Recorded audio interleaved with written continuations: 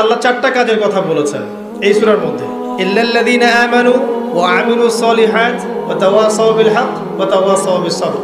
এই 4টা কাজ যে মুমিনরা করতে পারবে, মুসলিমরা করতে পারবে, আল্লাহ পাক তাদেরকে ফিতনা থেকে বাঁচিয়ে রাখবেন ইনশাআল্লাহ তাআলা।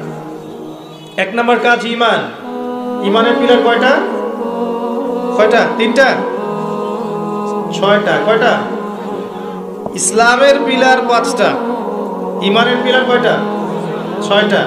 আল্লাহর প্রতি বিশ্বাস 1 নাম্বার, ফেরেশতাগণের প্রতি বিশ্বাস 2 নাম্বার, 3 নাম্বার আসমানি কিতাব সমূহে বিশ্বাস, 4 নাম্বার নবী রাসূলগণে বিশ্বাস, 5 নাম্বার পরকালে বিশ্বাস, ওয়াল ইয়াউমিল আখির, পরকালে বিশ্বাস, আর 6 নাম্বার হচ্ছে তাকদীর বা ভাগ্যের ভালো মন্দের প্রতি বিশ্বাস। এগুলোকে 3টা কাজ করতে হয়, মনে বিশ্বাস করতে হয়, মুখে স্বীকৃতি প্রদান করতে হয় এবং কাজে বাস্তবায়ন করতে হয়। কেউ যদি খালি বলে, মুখে বলে লা ইলাহা ইল্লাল্লাহ, কাজ নাই, চলবে? এই 3টা হচ্ছে আমাদের ঈমানকে টিকিয়ে রাখার মূল মন্ত্র, মনে বিশ্বাস, মৌখিক স্বীকৃতি এবং কাজে বাস্তবায়ন। আল্লাহ পাক আমাদের সবাইকে এটা করার তৌফিক দান করুন। এই ঈমান আনার পরে আমলে সালেহ করতে হয়। আমলে সালেহ কি জিনিস? সহজ কথায় বলছি, কোরআন এবং সুন্নায়, কোরআন এবং হাদিসে আল্লাহ এবং তার রাসূল সাল্লাল্লাহু আলাইহি ওয়াসাল্লাম যতগুলো কাজ করতে বলেছেন সেগুলো করা হচ্ছে আমলে সালেহ, এবং কোরআন এবং সুন্নায় আল্লাহ এবং তার রাসূল যত বিষয় থেকে নিষেধ করেছেন সেগুলো থেকে দূরে থাকাও হচ্ছে আমলে সালেহ। কথা কি বোঝা যায়? যেমন আল্লাহ পাক সালাত আদায় করতে বলেছেন, 5 ওয়াক্ত আদায় করি তো আমরা, এটা আমলে সালেহ। আল্লাহ পাক যাকাত দিতে বলেছেন, নেসাব পরিমাণ সম্পত্তি হলে যাকাত দেই তো আমরা, এটা আমলে সালেহ। দেখছেন ভয়েস কমে গেছে। যাকাত সবাই দেন? সবাই যাকাত দেয় না।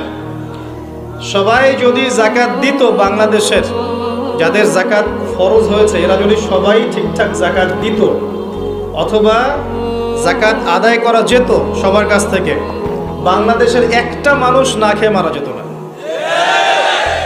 চ্যালেঞ্জ করলাম, একটা মানুষ না, ইনশাআল্লাহ তাআলা, ইনশাআল্লাহ তাআলা। এবং ওই চায়না রাশিয়া যে বড় বড় প্রকল্পগুলো করে, ওর চেয়ে বড় প্রকল্প আমরা করতে পারতাম ইনশাআল্লাহ। আমাদের সম্পদের অভাব হতো না। আমরাই তো যাকাত দেই না, আমরাই তো ট্যাক্স দেই না, কর দেই না, আমরাই তো ফাঁকিবাজি করি, দুর্নীতি করি, আমরাই আমাদের সম্পদ লুটে পুটে খাই। তখন গিয়ে বাইরের বিশ্বের কাছে আমাদেরকে লোন নিয়ে আসতে হয়, ওয়ার্ল্ড ব্যাংকের কাছে, IMF এর কাছে। আবার সেই লোন শোধ করতে হয় চড়া সুদে। ওই সুদ আপনার পকেট থেকে যায়, আমার পকেট থেকেই যায়। দাড়ি ডুবে রেখে ভাবছেন যে সুদ খান না? সবাই সুদ খাই। কে বলেছে সুদ খান না? ওয়ার্ল্ড অ্যাফেয়ার্স বোঝেন না। তাই আমরা যদি সবাই যাকাত দিতে পারতাম, এই চায়না, রাশিয়া, আমেরিকার দাঁড়ানোর ক্ষমতা ছিল না আমাদের সামনে। প্রতিটা সেক্টরে আমরা উন্নতি করতে পারতাম, শুধুমাত্র ইকোনমিক সেক্টরে না, সমরাস্ত্র ক্ষেত্রে, মিলিটারি ক্ষেত্রে, অস্ত্রশস্ত্রের ক্ষেত্রে, প্রযুক্তির ক্ষেত্রে, প্রত্যেকটা সেক্টরে বাংলাদেশ হতো সুপার পাওয়ার ইনশাআল্লাহ তাআলা। এটা সম্ভব ছিল, আমরা করতে দেইনি, বিকজ আমরা আমাদের যাকাত দেইনি। আমরা আমাদের অর্থনীতিকে সমৃদ্ধ করার চেষ্টা করি নাই। একটা জাতির অর্থনীতি একটা বেসিক জিনিস। ইকোনমিক সেক্টর যদি ডেভেলপ না হয়, আপনি যতই তাকবীর মারেন, নারায়ে তাকবীর, আল্লাহু আকবার, কিছু করতে পারবেন না। এটা বাস্তবতা। শুধু আইওয়াস শোডাউন করে লাভ নাই তো, প্র্যাকটিক্যাল হন। আমাদের মাথা বুঝায় কত, জীবনযাত্রার মান কেমন, অনেক কষ্ট করা হয় এই সেক্টরে। এখন একটা লেভেলে এসেছে, এটা সত্য কথা, যে এখন এই সময় একটা লেভেলে এসেছে যে জীবনযাত্রার মান কিছুটা উন্নত হয়েছে, এটা সত্য কথা, আগের চেয়ে উন্নত হয়েছে। কিন্তু অনেক সেক্টর পড়ে আছে যেখানে আমরা কিছু করতে পারছি না, যেমন প্রযুক্তি খাত, সমরাস্ত্র ক্ষেত্র, অস্ত্রশস্ত্র, মিলিটারি সায়েন্স, অনেক ক্ষেত্র আছে যেখানে আমরা ওদের মতো করতে পারিনি, কারণ আমাদের ইকোনমিক বেসটা দুর্বল। আমাদেরকে ওদের সুদ নিতে হচ্ছে, ওদের কাছ থেকে দান নিতে হচ্ছে, এবং ওরা শুধু এমনি এমনি আমাদেরকে হেল্প করতে চায় না, ওরা ওদের স্বার্থ বজায় রেখেই আমাদেরকে হেল্প করতে চায়। যে উপকার করতে চায়, টাকার ঝুলি নিয়ে, বাস্কেট অফ মানি নিয়ে সামনে আসে, এমনি এমনি আসে না। ওরা ওদের স্বার্থ বুঝে শুনে এটা করতে চায়, চড়া সুদ নেবে তারা, এবং এগুলো সুদ দিতে দিতে আমাদের অবস্থা খারাপ হয়ে যায়। যাকাত দেন প্রিয় ভাইরা, যাকাত দেন। যাকাত আপনার ইকোনমিক সেকশনটাকে সাম্যাবস্থায় নিয়ে আসবে, এবং যারা যাদেরকে আল্লাহ পাক কিছু ক্ষমতা দিয়েছেন, এদের উচিত, তাদের উচিত, আমি সম্মানের সাথে বলবো, তাদের উচিত যে নিসাব পরিমাণ সম্পদ যাদের হয়েছে, মুসলিমদের অ্যাটলিস্ট, এটা তো অমুসলিমদের সাথে সম্পর্কিত না, মুসলিমদের নিসাব পরিমাণ সম্পদ যাদের হয়েছে, এই যাকাতটাকে সুষ্ঠুভাবে আদায় করার একটা সিস্টেম চালু করেন। দেখবেন ইনশাআল্লাহ তাআলা ইকোনমিক সেকশন অনেক ডেভেলপ হবে ইনশাআল্লাহ। আমরা আমাদের টাকা দিয়ে চলবো। আমাদের দেশে কি ফলে না বলেন তো? এমন কোন জিনিস আছে যেটা আমাদের দেশে ফলে না? কোন মৌলিক চাহিদা, খাদ্য, বস্ত্র, বাসস্থান, চিকিৎসা, শিক্ষা, কোন সেক্টরটাতে আমরা পিছিয়ে আছি বলেন তো? প্রতিটা জিনিস আল্লাহ পাক এই বাংলাদেশকে উজাড় করে দিয়েছেন। ভালো করে চিন্তা, সমুদ্র আছে আপনার, নদী আছে আপনার, আপনার সবুজ শ্যামল মাঠ দিয়ে ভর্তি, আপনার ধান, গম, পাট, কত কি যে হচ্ছে বাংলাদেশে, অবাক করা বিষয়।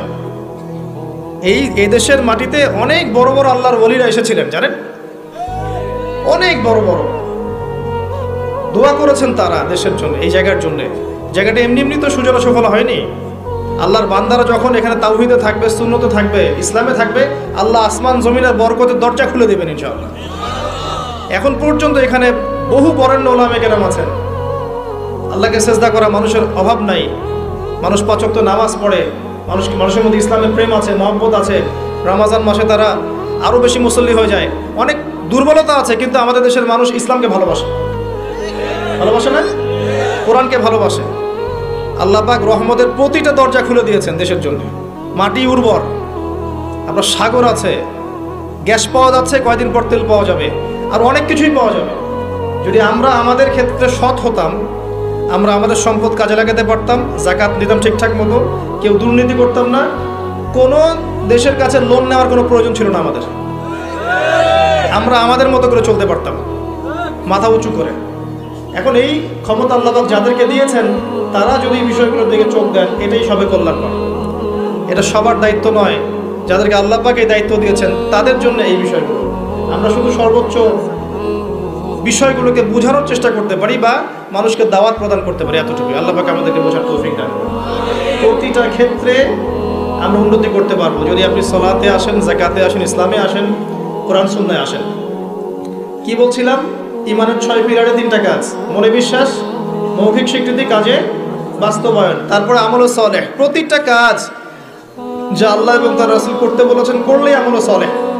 যেমন নামাজ, আমলে সালেহ; যাকাত, আমলে সালেহ। আপনি সামর্থ্য হলে হজ করবেন, আমলে সালেহ; ওমরা করবেন, আমলে সালেহ। রমজান মাস আসছে সামনে, রমজানে 30টা রোজা রাখবেন, তারাবি সালাত পড়বেন, কোরআন খতম দিবেন, সব কি আমলে সালেহ। আমরা দোয়া করি আল্লাহ পাক যেন আমাদের সবাইকে রমজানে পৌঁছে দেন এবং বেশি থেকে বেশি রমজানে আমল করিয়ে গুনাহ মাফ করার তৌফিক আল্লাহ পাক আমাদেরকে দান করুন। প্রতিটা কাজ, পিতামাতার খেদমত করা, আপনার পরিবারের সন্তানকে সুসন্তান রূপে মানুষ করা, এমনকি স্ত্রীর মুখে খাবার তুলে দেয়া, অন্য মুসলিম ভাইয়ের সাথে হাসি মুখে সাক্ষাৎ করা, এমনকি মুসাফা করা, প্রতিটা কাজই কি আমলে সালেহ। ছোট থেকে ছোট কাজ আমলে সালেহ। মুসলিম ভাইকে দেখেছেন, হাসি মুখে সালাম দিয়েছেন, আমলে সালেহ। আপনি স্ত্রীকে মহব্বত করে খাইয়ে দিয়েছেন, আমলে সালেহ। গার্লফ্রেন্ডকে খাওয়ালে আমলে সালেহ হবে না, স্ত্রীকে খাওয়াতে হবে।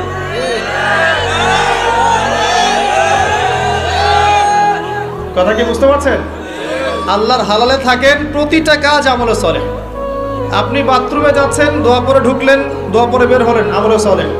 ঘুমাচ্ছেন, দোয়া পরে ঘুমাচ্ছেন, ঘুম থেকে উঠে দোয়া পড়লেন, আমলে সালেহ। প্রতিটা কাজ, একটা কাজও বাদ নাই। পোশাক পরছেন, পোশাক পরে দোয়া পড়েন, আমলে সালেহ। ঘর থেকে বের হচ্ছেন, ঘর থেকে বের হওয়ার দোয়া পড়েন, আমলে সালেহ। কি চাচ্ছেন? জিকির আজগার করছেন, সুবহানাল্লাহ, আলহামদুলিল্লাহ, আল্লাহু আকবার, আমলে সালেহ। দ্বীনের জ্ঞান অর্জন করছেন, আমলে সালেহ। সবকিছুই আমলে সালেহ। যদি আপনার প্রতিটা কাজ নবী সাল্লাল্লাহু আলাইহি ওয়াসাল্লামের সুন্নত মতো হয়, প্রতিটা কাজই আমলে সালেহ। একজন ছেলে মনে করেন দাড়ি রেখেছে, কথা বোঝেন, দাড়ি রাখতো না, আগে ক্লিন শেভ করতো, এখন আল্লাহ পাক হেদায়েত দিয়েছেন, দাড়ি ছেড়ে দিয়েছে। যতদিন তার দাড়ি ছেড়ে দেওয়া আছে না, প্রত্যেক মুহূর্তে সে নেকি পাবে ইনশাআল্লাহ। কথা বুঝতে পারছেন? তার প্যান্টটা কেটে উপরে তুলেছে, এই যে যতক্ষণ সে কাপড়টা পরে আছে উপরে, আল্লাহকে ভয় করে, কার ভয়ে? আল্লাহর ভয়ে, এই প্রতিটা মুহূর্তের জন্য নেকি হবে ইনশাআল্লাহ। আপনি দ্বীনের জ্ঞান অর্জন করতে গেছেন, আলেম ওলামার কাছে গেছেন, মাদ্রাসায় গেছেন, বক্তব্যে গেছেন, এই যে যতক্ষণ সময় আপনি এখানে আছেন, প্রতিটা মুহূর্তের জন্য আপনি নেকি পাবেন।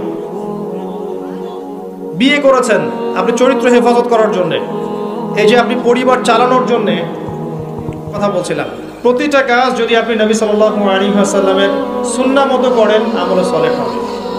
চরিত্র রক্ষা করার জন্য আপনি বিয়ে শাদী করেছেন, পরিবারকে ভরণ পোষণ করাচ্ছেন, এমনকি স্ত্রীর সাথে যে মিলিত হচ্ছেন, এটাও আপনার নেকি হবে ইনশাআল্লাহ। প্রতিটা কাজ। একই সাথে আরেকটা পয়েন্ট ভুলবেন না, কোরআন এবং সুন্নাতে আল্লাহ পাক যত বিষয়কে নিষেধ করেছেন, এই নিষেধগুলো বর্জন করার নামও কিন্তু আমলে সালেহ। শুধুমাত্র নেকি কাজ করব আর পাপ কাজ ছাড়বো না, এমনটা কিন্তু আমলে সালেহ নয়। যেমন আল্লাহ পাক শিরিক করতে নিষেধ করেছেন, শিরিক না করা আমলে সালেহ। কুফরি করতে নিষেধ করেছেন, কুফরি না করা আমলে সালেহ। আল্লাহ পাক বেদাত করতে নিষেধ করেছেন, বেদাতি আমল না করা কি আমলে সালেহ। আল্লাহ পাক হারাম খেতে নিষেধ করেছেন, হালাল খাওয়া আমলে সালেহ। আল্লাহ পাক পর্দা করতে বলেছেন, বেপর্দায় না চলা আমলে সালেহ। আল্লাহ পাক জেনার ধার কাছেও যেতে নিষেধ করেছেন, তাই চরিত্র রক্ষার জন্য বিয়ে করা কি আমলে সালেহ। প্রতিটা কাজ যা আল্লাহ করতে বলেছেন করা আমলে সালেহ, রাসূল করতে বলেছেন সাল্লাল্লাহু আলাইহি ওয়াসাল্লাম করা আমলে সালেহ। সেই প্রতিটা কাজ যা আল্লাহ এবং তার রাসূল নিষেধ করেছেন সেগুলো না করাও আমলে সালেহ। মনে থাকবে কথা। আমাদের একটা সমস্যা বলি এখন, আমরা যেটা করি সেটা হলো আমরা অনেক ভালো কাজ করি ঠিকই, কিন্তু আল্লাহর হারামগুলোকে ছাড়তে পারি না। কথা ঠিক না ঠিক? দেখবেন নামাজ পড়ি 5 ওয়াক্ত, সুদ ছাড়তে পারি না। আমরা যাকাত, আমরা দান সাদাকা করি মাঝে মাঝে, ফরজ যাকাত দেই না। দেখবেন যে তাহাজ্জুদ পড়ছে বাবা, মেয়ে বেপর্দায় ঘুরে বেড়াচ্ছে, আছে না? বছর বছর হজ উমরা করছি, এদিকে আল্লাহর হালালকে হারামও করছি, আল্লাহর হারামকে হালাল করছি। এই কাজগুলো আমরা করি না। আমরা অনেক সময় ভালো অনেক কাজ করি, দান সাদাকা করি, নফল দান সাদাকা করি, জুমার নামাজে যাই, ঈদের নামাজে যাই, হ্যাঁ, প্রতিবেশীর খোঁজ নেই, মানুষকে রক্ত দেই, চিকিৎসার জন্য কাজ করি, শিক্ষা ক্ষেত্রে কাজ করি, অনেক কিছুই করি আমরা ভালো কাজ, কিন্তু আল্লাহর নিষেধগুলো কিন্তু ছাড়ি না। আল্লাহর নিষেধটা ছাড়া সবচেয়ে বড় কথা, কারণ নেক আমল করা সহজ, আল্লাহর নিষেধ ছাড়াটা খুবই কঠিন, এটা মনে রাখবেন।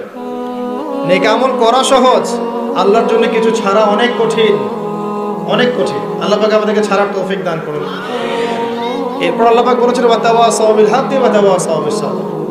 যারা হকের উপদেশ দেয় পরস্পরকে, একে অপরকে হকের উপদেশ দেয়। হকটা কি জিনিস? হকটা কি? এর সংজ্ঞা কে দিবে? আমি দিব না আপনি দিবেন না আল্লাহ দিবে? কার সংজ্ঞা নেবেন? হকটা কি কে বলবে, কে বুঝাবে?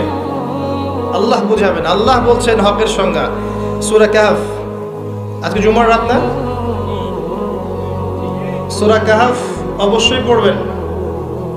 সূরা কাহফের ফজিলত, আপনাকে আল্লাহ পাক মাসিহুদ দাজ্জালের ফিতনা থেকে বাঁচাবে ইনশাআল্লাহ। এই সূরার 29 নম্বর আয়াতে গিয়ে দেখবেন আল্লাহ পাক হকের সংজ্ঞা দিয়েছেন। আল্লাহ পাক বলেছেন ওয়াকুলিল হাক্কু মির রাব্বিকুম। হক সেটাই, ভালো করে শোনেন, হক সেটাই, সত্য মিথ্যার মানদণ্ড সেটাই, ন্যায় অন্যায়ের মানদণ্ড সেটাই, জ্ঞানের মানদণ্ড সেটাই, ঠিক আছে, যেটা তোমার রবের পক্ষ থেকে নাজিল হয়। কি নাজিল হয়েছে? এখন আপনি বলেন কি নাজিল হয়েছে?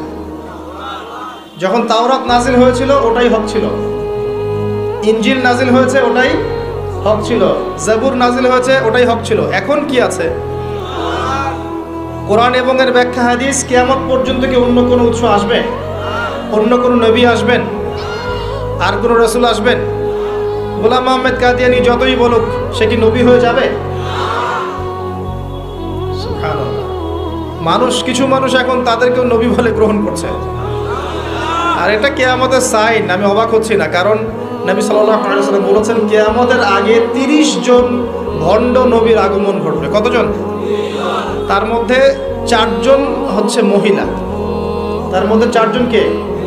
মহিলা, বাকিরা পুরুষ। তো এই হলো অবস্থা। নবী সাল্লাল্লাহু আলাইহি ওয়াসাল্লামের ঠিক পরেই আবু বকর রাদিয়াল্লাহু আনহু যুগেও একাধিক ভণ্ড নবীর আগমন ঘটেছিল, এখনো হচ্ছে। এরপরে কিয়ামত পর্যন্ত কোন নবী আসবে? নবীর ওয়ারিশগণ থাকবেন। নবীর ওয়ারিশ কারা? উলামায়ে কেরাম, তারা নবীর ওয়ারিশ। এবং আমার নাসিহা হচ্ছে আপনি কোরআন এবং সুন্নাহটাকে তাদের সোহবতে গিয়ে পড়েন এবং বোঝেন। এটা সবচেয়ে বেশি ইম্পর্টেন্ট, কারণ কোরআন এবং সুন্নাহ তাদেরকে দেখে শিখলে আপনি ভালো শিখতে পারবেন, এবং এটা হচ্ছে সেই নববী সুন্নাহ। এখানে সর্বশেষ আল্লাহ পাক বলেছেন ওয়াতাওয়াসাউ বিসবর, ধৈর্যের কথা। সবর মানে এটা নয় যে আমি পরিস্থিতি পরিবর্তনের অপেক্ষায় বসে আছি, এখন খারাপ সময় চলছে, একসময় ভালো সময় আসবে, আমি ভালো হয়ে যাব, এটার নাম সবর নয়। সবর মানে খারাপ অবস্থার পরিবর্তনের চেষ্টা করা, এর জন্য স্ট্রাইভ করা। সবরের এক্সাম্পল আপনি নেন নূহ আলাইহিস সালাম থেকে 950 বছর দাওয়াতি কাজ করেছেন। সবরের এক্সাম্পল নেন ইব্রাহিম আলাইহিস সালামের কাছ থেকে, পরিবার ছেড়ে দিয়েছেন, সমাজ ছেড়ে দিয়েছেন, আগুনের পরীক্ষাও দিয়েছেন। সবর নেন ঈসা ইবনে মারইয়ামের কাছ থেকে, আল্লাহ পাক শেষে পৃথিবীতে জায়গায় হয়নি, আল্লাহ পাক তাকে আসমানে তুলে নিয়েছেন।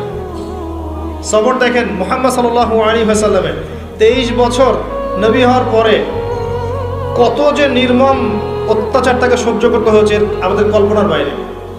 তাকে সারা জীবনে 16টা গালি খেতে হয়েছে, তাকে 15 বার মানুষ হত্যা করার চেষ্টা করেছে, আত্মীয় স্বজন তাকে তিরস্কার করেছে, গলার মধ্যে গামছা পেঁচিয়েছে, এই যে আপনার উটের ভুঁড়ি, নাড়ি ভুঁড়ি পিঠে চাপিয়ে দিয়েছে, তাই নাই? তাকে দেশ থেকে চলে যেতে হয়নি, তায়েববাসী তাকে আঘাত করেনি, উহুদের প্রান্তরে তার দাঁত শহীদ হয়ে যায়নি। এত কিছু করতে হয়েছে কি জন্যে? হকের জন্যে। এই সবরের প্রশ্ন আসবে যখন আমরা হকের উপর থাকবো, তখন সবরের প্রশ্ন আসবে।